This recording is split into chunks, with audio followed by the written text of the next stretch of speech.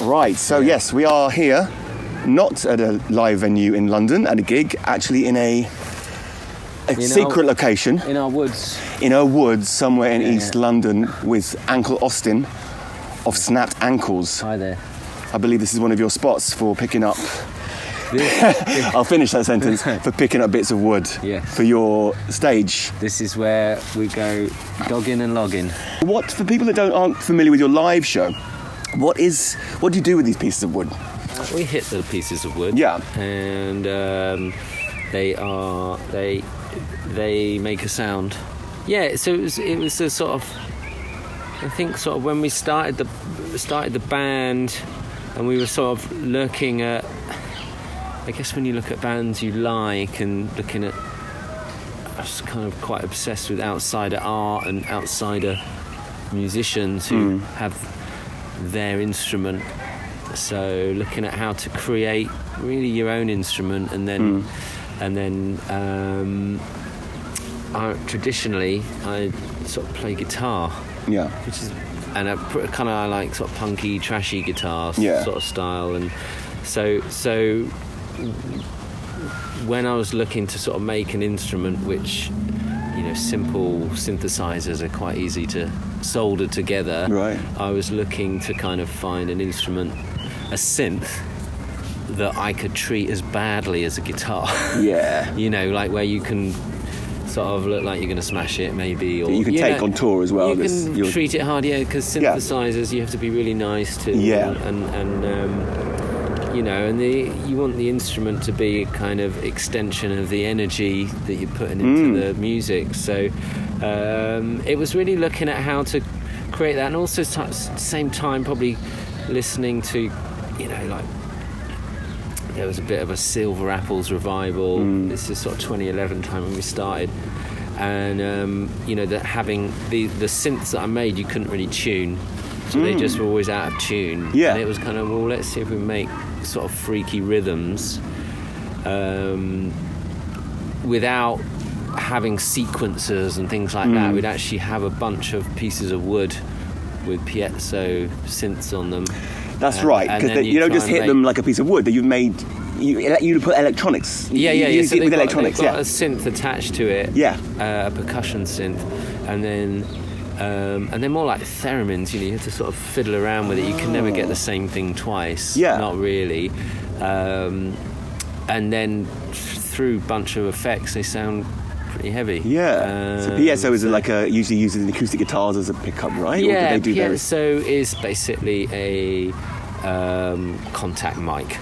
Do you grow attached to a piece of wood when it's kind of on its last legs? I mean, I've got my faves. Yeah. I've got my faves. Generally look for... There's a couple of good cherry wood trees here. Oh, yeah. For the log fans. Yeah. I found the cherry wood is quite dense. Yeah. And lasts kind of a while. Yeah. I've recently done a new design, upgraded them, so we attached them just to kind of mic stands. So the idea with the gear was really to have... Looking at the sort of furniture around... a band, where it's like you've got drum kits, you've got metal stands, you've got tables to put synth. Everyone has those cross frames for synth for the keyboards, and it's like looking at that and going like, what bits do we want to keep, what's good to take, and with sort of like how can we kind of change what the furniture of a band as well. So that's partly as well with the logs. They attach to a standard mic stand. Yeah. And then and they just kind of like I say, just create. We actually play them. They're not just a prop. Yeah. Exactly. But and there's something that we put in all our records, even though we've got drums and bass and keyboards. 13th Floor Elevators, the one that had the jug band. There's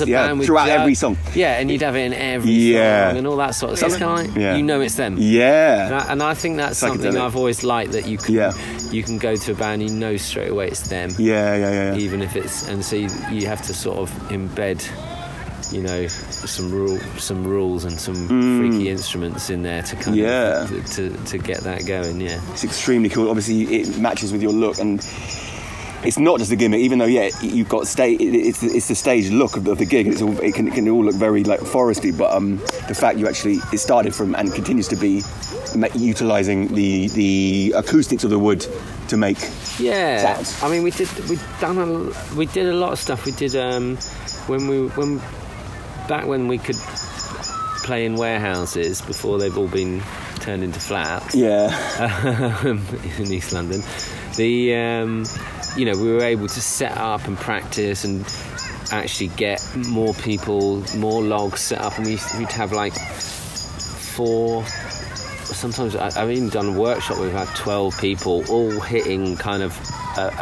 an instrument that just makes one sound, and then trying to get them to play a tune. And you can do it. Someone can be 2 people can do a bass line, boom, boom, boom. Then 2 people doing a sort of groove, and a couple of other people start doing these. And it's like I looked a lot at church bell change ringing. And how that works in terms of patterns, and it's very similar to electronic music, really, the way the patterns are laid out in change ringing. Very kind of mathematical process, but creates these kind of ecstatic, non-stop kind of grooves, churchy groove. Kind of groove. I think if you went into a church and said, that's a good groove, they'd probably kind of... it's God's groove. Sit down. Groove. Maybe they would welcome you, depending on the church. Like, all right, no, I'm not into that one. Not the devil's music. We've heard about it. I was actually in the garden today, and funnily enough, there's a watering can there, and it's surprising how much tone and different sounds you can get out of a watering can, because it's all different spouts and handles and bits, but that's just me. What were you doing to it, though? I was just hitting it with a bit of wood. I was like... It was fun. I was reading a book, and I was bored of it, so... cool, man. So it's awesome. You should see the live show. It's amazing. I've seen you many times over the years, actually. 2017 was when we got signed. 2016 signed, and the album came out in 2017. With the Leaf label, of course.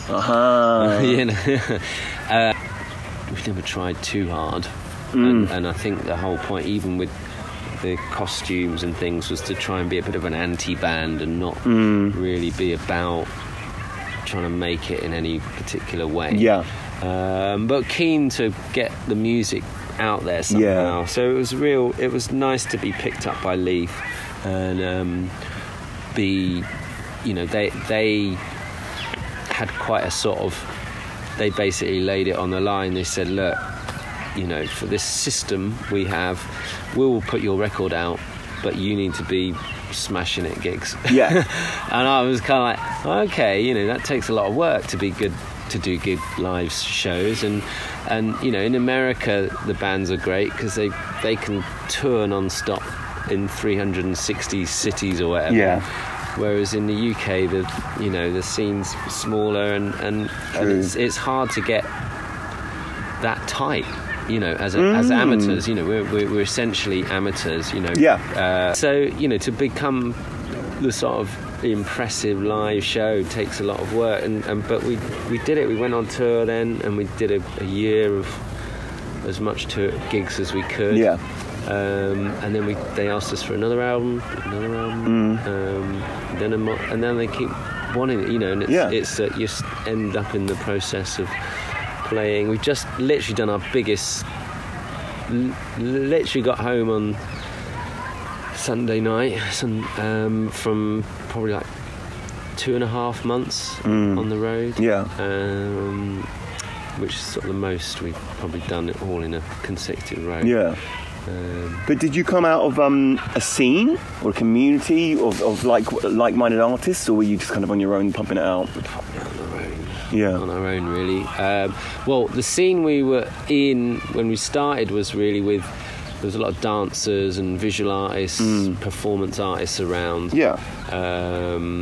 So more or less the bands that we knew were friends with, I suppose, had very different style of music, so we didn't really affiliate kind of stylistically with another gang. And so we just, I think that's it. You just do do your thing. Yeah. I mean, you know, London's so crazy, isn't it? There's so many little micro scenes. Indeed. You know, you go from, if you go up to Camden, there's a whole world of rock and goth and everything in between, indeed. And metal. You know, we wouldn't even know it exists, of course, in East London, because it's all crunky house and all sorts of forest shit. Yeah. It just seems to me as the industry is obviously, no one's making money, and it's all gone on its head with the internet, and people aren't even signing bands anymore, kind of thing. That scene and community, we focus on it a lot and ask a lot about it. It's key these days, and I would encourage anyone to kind of like try and support their artists they know, and actually link up with artists, put on your own nights and stuff like that. It doesn't seem to stop people making the music. I mean, that's just the way, but I guess it's the long tail of, since, you know, we've been out on the road and we're hearing the same stuff with the venues struggling, and I mean, the last album is about the struggle, really, the cost of living crisis. That's not just for the musicians. That musicians really have always been pretty low in the earnings department. Apart from a blip in the kind of 70s to the mid 80s or 90s, maybe, with, you know, major business deals, but generally the majority of musicians throughout history are there with pilgrims and itinerant workers moving around, shuttling around and entertaining. Basically. Fairground folk. Stuff, So it's a tough one. It's quite weird out there. There's a very, you know, I mean, I suppose we've achieved a sort of mid-level bandy band vibe where we're kind of, you know, we can. It's an income. You get paid now. But it's very hard to keep everyone paid in the team. And indeed. Keep everything flowing. It's all done on a shoestring, basically. Yeah, there's a track on. It's not always a bad thing creatively to have sort of such tight limitations, to be honest. The music that's made with the most money tends to be the shittest. Of course, or the art with the most money. And the most money means time as well, and sometimes when you're forced to get things just done, it can be inspiring, right? There's a track called is it Pay the Rent? That's it. Yeah. At the time, the cost of living crisis was really clicking in. The price of, you know, with the war in Ukraine had affected the gas prices. The gas prices are all linked in this country to electricity, so all the bills shoot up. The food and grain, costs went up, and the food, which again, I mean, I think with Snaps, I think we've always had a bit of a kind of apocalyptic scenario, you know, with our kind of mass monster fears, and I think, you know, the sort of ideally the sort of everyman fears of the day sort of stuff, and I think the sort of cost of living crisis was quite interesting because there's a whole side of it. Is that it could be the magpie that's been following me around in the last year. We've got the pigeons. That's why. Let's. Are you all right? You're going to be all right. I think it's directly above me, but I don't mind. Oh my God! Look at them all there. Look how many they're up there. 1, 2, 3, 4, 5, 6, 7. Okay, we're gonna get shat on. You're dressed for it. I'm not. I can have a shower. It's totally fine. We're gonna be all right. We're gonna risk it for the art. They're not. Which is the risk we take to bring this content to you. So.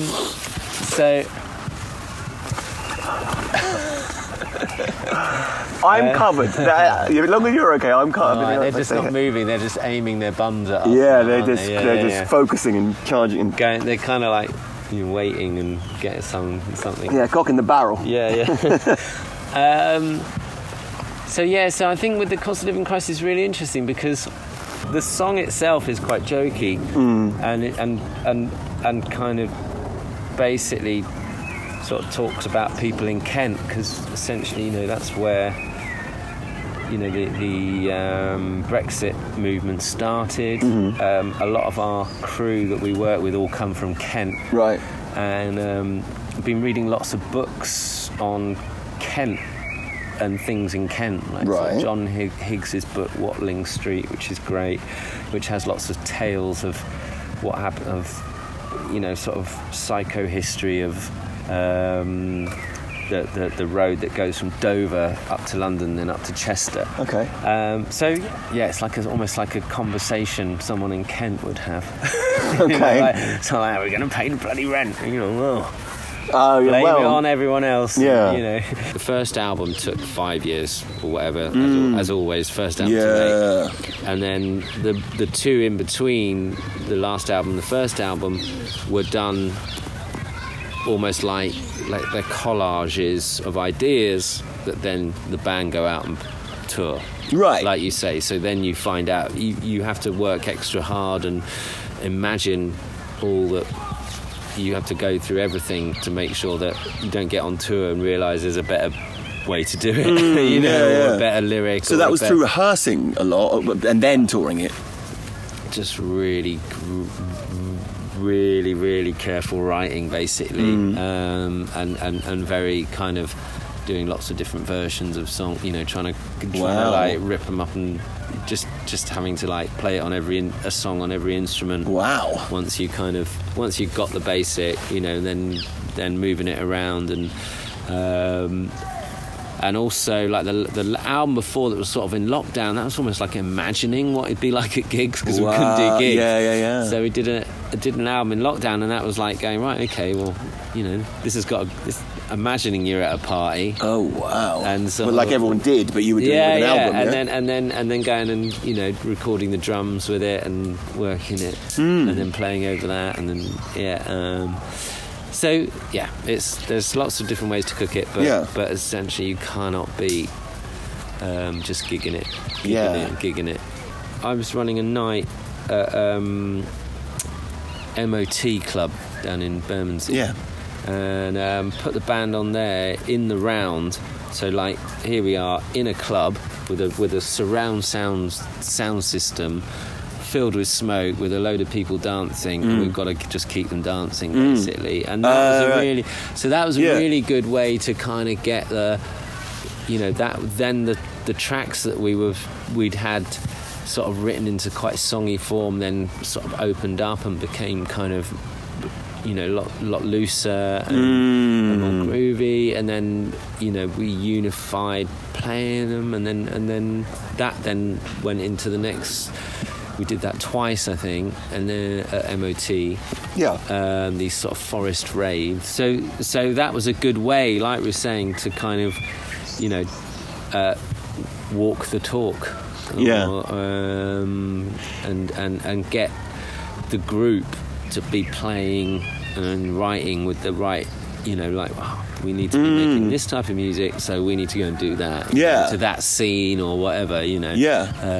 They don't have to be songs, but kind of like writing songs, and it's a fun way to engage with the music, Yeah. It's a challenge to write a song, but also because the outlets I suppose we have available to us as a band, it's Radio 6 essentially. Yeah.